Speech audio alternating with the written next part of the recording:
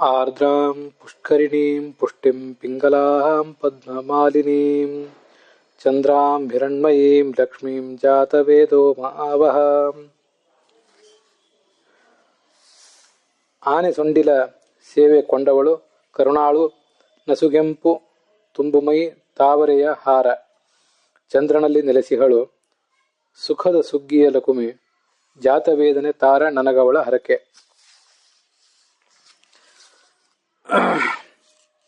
ಲಕ್ಷ್ಮೀದೇವಿ ದಯಾರ್ದ್ರವಾದಂಥ ಮನಸ್ಸಿದ್ದವಳು, ಕೈಯಲ್ಲಿ ಕಮಲವನ್ನು ಹಿಡಿದವಳು. ಮತ್ತೆ ಆನೆಗಳು ಕಲಶದಲ್ಲಿ ನೀರನ್ನು ಹಿಡಿದು ಅವುಗಳಿಗೆ ಆ ಲಕ್ಷ್ಮೀದೇವಿಗೆ ಅಭಿಷೇಕ ಮಾಡ್ತಾ ಇವೆ.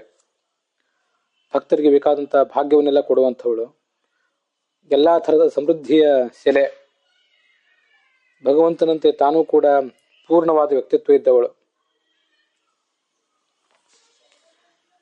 ಕೆಂಪಾದ ಮೈಬಣ್ಣ, ಸುಂದರವಾದಂತಹ ಶರೀರ, ಕೊರಳಲ್ಲಿ ಕಮಲದ ಮಾಲೆಯನ್ನು ಹಾಕೊಂಡಿದ್ದಾಳೆ. ಚಂದ್ರ ಮಂಡಲದಲ್ಲಿದ್ದಾಳೆ. ಎಲ್ಲರಿಗೂ ಕೂಡ ಅಮೃತವನ್ನ ಪಾನ ಮಾಡಿಸ್ತಾ ಇದ್ದಾಳೆ. ಐಶ್ವರ್ಯಮಯ ಆದಂತಹ ಆನಂದಮಯ ಆದ ಆ ದೇವಿಯ ಕರುಣೆಯ ದೃಷ್ಟಿ ನನ್ನ ಕಡೆಗೆ ಹರಿಯುವಂತೆ ಅಗ್ನಿನಾರಾಯಣನೇ ನೀನು ಮಾಡಬೇಕು ಅಂತ ಪ್ರಾರ್ಥನೆ. ಆರ್ದ್ರ ಅಂದ್ರೆ ಎರಡೂ ಕಡೆ ಆನೆಗಳು ಸೊಂಡಿಲಿನಿಂದ ಕಲಶವನ್ನು ಎತ್ತಿ ಅಭಿಷೇಕ ಮಾಡಿದಾಗ ಅದರಿಂದ ಒದ್ದೆ ಆದಂಥ ಮೈ ಇದ್ದವಳು ಅಂತ ಒಂದರ್ಥ. ಮತ್ತೆ ಆರ್ದ್ರ ಅಂದ್ರೆ ಕರುಣಾರ್ದ್ರವಾದಂತಹ ಸ್ವಭಾವ ಇದ್ದವಳು, ಭಕ್ತರ ಬಗ್ಗೆ ಕರುಣೆಯನ್ನ ತೋರಿಸುವಂಥವಳು ಅಂತ ಮತ್ತೊಂದರ್ಥ. ಪುಷ್ಕರಿಣಿ ಅಂತಿದೆ. ಪುಷ್ಕರ ಅಂದ್ರೆ ಸೊಂಡಿಲು, ಆನೆಗಳ ಸೊಂಡಿಲಿನಿಂದ ಅಭಿಷೇಕ ಮಾಡಿಸ್ಕೊಳ್ಳುವಂಥವಳು ಅಂತ ಒಂದರ್ಥ. ಇನ್ನೊಂದು ಪುಷ್ಕರ ಅಂದ್ರೆ ಕಮಲ, ಕೈಯಲ್ಲಿ ಕಮಲ ಹಿಡಿದವಳು.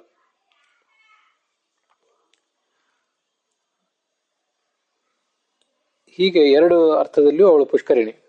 ಮತ್ತೆ ನಮ್ಮ ಹೃದಯ ಕಮಲದಲ್ಲಿ ಇರುವಂಥವಳು ಹೌದು. ಪುಷ್ಟಿ ಅಂದ್ರೆ ಇವಳಿಂದಲೇ ಎಲ್ಲ ಭಕ್ತರಿಗೂ ಕೂಡ ಪುಷ್ಟಿ ಸಿಗ್ತದೆ.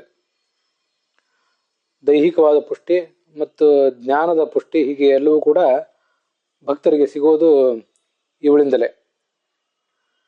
ಎಲ್ಲ ಜೀವಿಗಳಲ್ಲೂ ಅಂತ ಶಕ್ತಿಯನ್ನು ಕೊಡ್ತಾ ಅವಳು ವಾಸ ಮಾಡಿಕೊಂಡಿದ್ದಾಳೆ. ಈ ಮಂತ್ರಕ್ಕೆ ದೇವತೆ ಗಜಲಕ್ಷ್ಮಿ ಅಂತ ವರ್ಣನೆ ಮಾಡ್ತಾರೆ ಅಂತ ಗೋವಿಂದಾಚಾರ್ಯರು ಹೇಳ್ತಾರೆ.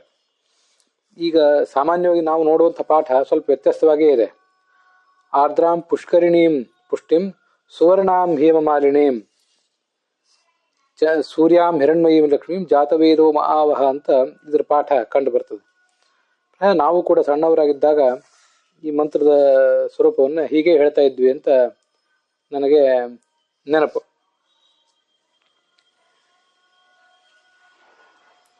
ಈ ಪಾಠಾಂತರದಲ್ಲಿ 2, 3, 4ನೇ ಪಾದಗಳು 14ನೇ ಮಂತ್ರದಲ್ಲಿ ಕಂಡು ಬರ್ತವೆ ಮುಂದಿನ ಪಾದದಲ್ಲಿ, ಮತ್ತು 14ನೇ ಮಂತ್ರದಲ್ಲಿ 2, 3, 4ನೇ ಪಾದಗಳು 13ನೇ ಮಂತ್ರದಲ್ಲಿ ಬರ್ತವೆ. ಆರ್ದ್ರಾಂ ಯಕ್ಕರಿಣೀಂ ಯಷ್ಟಿಂ ಸುವರ್ಣಾಂ ಹೇಮಮಾಲಿನೀಂ ಸೂರ್ಯಾಂ ಹಿರಣ್ಮಯೀಂ ಲಕ್ಷ್ಮೀಂ ಜಾತವೇದೋ ಮಹಾವಹ ಅಂತ ಮಂತ್ರ. ಅಲ್ಲಿ ಎರಡೂ ಕಡೆನೂ ಈ ಯಷ್ಟಿಂ ಸುವರ್ಣಾಂ ಹೇಮಮಾಲಿನೀಂ ಸೂರ್ಯಾಂ ಹಿರಣ್ಮಯೀಂ ಲಕ್ಷ್ಮೀಂ ಜಾತವೇದೋ ಮಹಾವಹ ಇವೆಲ್ಲ ಸ್ವಲ್ಪ ವ್ಯತ್ಯಸ್ತವಾಗಿ ಕಂಡು ಬರ್ತವೆ. ಪೃಥ್ವೀಧರ ಭಾಷ್ಯ ಅದನ್ನ ಅನುಸರಿಸಿ ಈ ಥರ ಅನುವಾದಿಸಿದ್ದೇನೆ ಅಂತ ಗೋವಿಂದಾಚಾರ್ಯರು ಅದ್ರ ಬಗ್ಗೆ ಹೇಳ್ತಾರೆ. ಅದೇನೇ ಇದ್ರೂ ಯಾರ್ಯಾರು ಯಾವ್ಯಾವ ಥರ ಅದನ್ನ ಮೊದಲಿಂದ ಹೇಳ್ತಾ ಬಂದಿದ್ದಾರೋ ಅದು ಅವ್ರ ಸಂಪ್ರದಾಯ ಏನಿದೆಯೋ ಆ ಥರ ಹೇಳ್ಬೋದು.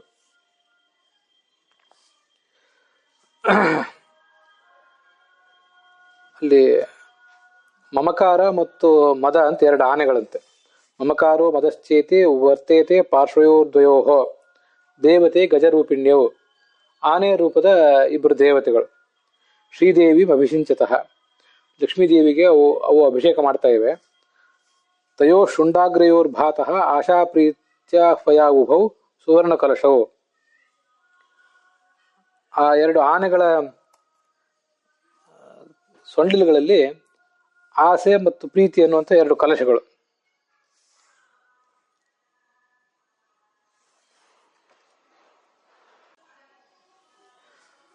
ಹೀಗೆ ಆಸೆ ಮತ್ತು ಪ್ರೀತಿಯಿಂದ ಎರಡು ಕಲಶಗಳು, ಅಲ್ಲಿ ತೃಪ್ತಿ ಅನ್ನುವಂಥ ಒಂದು ಶುದ್ಧೋದಕ, ಇದರಿಂದ ಲಕ್ಷ್ಮೀ ದೇವಿಗೆ ಸ್ನಾನ ಮಾಡಿಸ್ತಾ ಇವೆ. ಸುವರ್ಣ ಕಲಶವು ತಾಭ್ಯಾಂ ತೃಪ್ತಿಪೂರ್ಣ ಅಂಬಸ ಅನ್ವಹಂ ಅಂತ ಹೀಗೆ ಶ್ಲೋಕವನ್ನು ಗೋವಿಂದಾಚಾರ್ಯರು ಉದ್ಧರಿಸ್ತಾರೆ. ಹೃತ್ಪದ್ಮವಾಸಿನಿ, ನಮ್ಮೆಲ್ಲರ ಹೃದಯ ಕಮಲದಲ್ಲಿದ್ದಾಳೆ. ಚಿದ್ರೂಪಿಣಿ, ಜ್ಞಾನಸ್ವರೂಪಳಾದವಳು. ದೇಹೇ ಗೃಹಾತ್ಮಕೆ ತಿಷ್ಠೇತ್ ಸಹಾನಂದೇನ ವಿಷ್ಣುನ, ನಮ್ಮ ಮನೆಯಲ್ಲಿ ನಮ್ಮ ದೇಹದಲ್ಲಿ ನಾರಾಯಣ ಜೊತೆಗೆ ಅವಳಿರಬೇಕು. ಏತಾವಾನ್ ಗಜಲಕ್ಷ್ಮಿಯಾಸ್ತು ವಿಭೂತೇರ್ ವಿಸ್ತರೋ ಧ್ರುವ, ಹೀಗೆ ಲಕ್ಷ್ಮೀದೇವಿಯ ವಿಸ್ತೃತವಾದಂತಹ ಸ್ವರೂಪ ಅದು. ತಾಂ ಸ್ಮರೇತ್ ಅಭಿಷೇಕಾರ್ದ್ರಾಂ ಪುಷ್ಟಿದಾಂ ಪುಷ್ಟಿರೂಪಿಣೀಂ, ಹೀಗೆ ಅಭಿಷೇಕ ಮಾಡಿಸ್ಕೊಂಡಿರುವಂಥ, ಅಭಿಷೇಕದಿಂದ ಒದ್ದೆ ಆದಂಥ ಮೈಯುಳ್ಳ ಆ ಲಕ್ಷ್ಮೀದೇವಿಯನ್ನು ನಾವು ಸ್ಮರಿಸಬೇಕು. ಪಿಂಗಲಾಭಾಂ ಪ್ರಸನ್ನಾಸ್ಯಾಂ, ಸ್ವಲ್ಪ ಕೆಂಪು ಕಂದು ಬಣ್ಣದ ವರ್ಣ ಅವಳು ಮೈ ಬಣ್ಣ. ಪದ್ಮಮಾಲಾಧರಾಂ ತಥಾ ಚಂದ್ರಸ್ಥಾಂ ಚಂದ್ರರೂಪಾಂಚ, ಪರಮಾತ್ಮ ಮಾತ್ರ ಹೈಗ್ರೀವ ರೂಪದ ಧನ್ವಂತರಿ ರೂಪದ ಭಗವಂತ ಚಂದ್ರನಲ್ಲಿರುವುದಲ್ಲ, ಅವಳು ಕೂಡ ಚಂದ್ರಮಂಡಲದಲ್ಲಿ ಇದ್ದಾಳೆ. ಚಂದ್ರಾಂ ಚಂದ್ರಧರಾಂ ತಥಾ ಅಂತ ಒಟ್ಟು ಅದರ ಅಭಿಪ್ರಾಯ. ಶಬ್ದದ ಅರ್ಥ ಹೀಗೆ: ಆರ್ದ್ರಾಂ ಕರುಣಾಳವಾದವಳು, ಪುಷ್ಕರಿಣಿ ಕೈಯಲ್ಲಿ ತಾವರೆ ಹಿಡಿದವಳು, ಪುಷ್ಟಿ ಸರ್ವ ಸಮೃದ್ಧಿ ಸ್ವರೂಪಳಾದವಳು, ಭಕ್ತರ ಪೋಷಣೆಯನ್ನು ಮಾಡ್ತಾ ಇರುವಂಥವಳು ಕೂಡ ಅಂತನೂ ಅರ್ಥ. ಪದ್ಮಮಾಲಿನಿ, ಪಿಂಗಲ ಅಂದರೆ ಕೆಂಬಣ್ಣ ಉಳ್ಳವಳು, ಪದ್ಮಮಾಲಿನಿ ಅಂದರೆ ಪದ್ಮವನ್ನು ಧರಿಸಿರುವಂಥವಳು, ಚಂದ್ರ ಮಂಡಲದಲ್ಲಿರುವಂಥವಳು ಮತ್ತು ಸ್ವಯಂ ಲೋಕಕ್ಕೆ ಆಹ್ಲಾದ ಕೊಡುವಂಥವಳು. ಹಿರಣ್ಮಯಿ, ಐಶ್ವರ್ಯ ಸ್ವರೂಪಳಾದವಳು, ಸುಖ ಸ್ವರೂಪಳಾದವಳು. ಅಂಥ ಲಕ್ಷ್ಮೀದೇವಿಯನ್ನ ಜಾತವೇದ ಅಗ್ನಿನಾರಾಯಣನೇ ಪರಶುರಾಮನೇ ಮೇ ನನಗೆ ಆವಹ, ಆಹ್ವಾನಿಸು, ನನ್ನ ಕಡೆಗೆ ಅವಳನ್ನ ಕರೆದುಕೊಂಡು ಬಾ ಅಂತ ತಾತ್ಪರ್ಯ. ಅಲ್ಲಿಗೆ ಈ 13ನೇ ಮಂತ್ರದ ಶ್ರವಣ ಸಮಾಪ್ತವಾಗಿದೆ.